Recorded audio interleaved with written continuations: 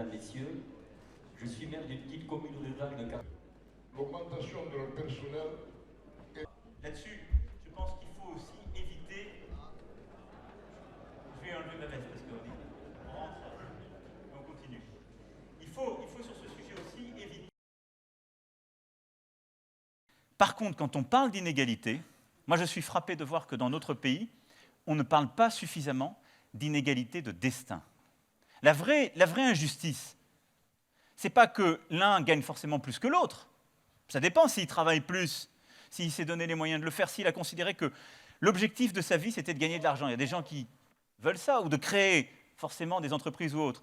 Il y en a peut-être un à côté qui a décidé, lui, d'avoir un autre équilibre familial, de passer moins de temps au travail, ou qui était moins doué à l'école, ça arrive aussi. Bon. Ce qui n'est pas normal, la vraie inégalité dans notre pays, c'est qu'avec le même talent, la même motivation, deux enfants français n'auront pas les mêmes chances de réussir dans des familles différentes ou dans des lieux différents. C'est ça ce dont on devrait s'indigner. Et ça n'est pas un sujet de fiscalité.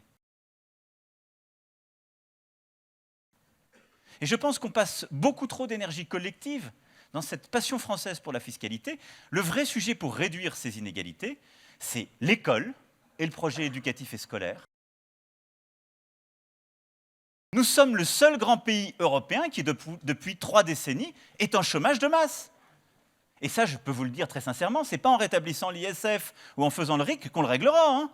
Je suis tout à fait ouvert à discuter du référendum d'initiative citoyenne, mais ce n'est pas ça qui nous réglera le problème de chômage de masse.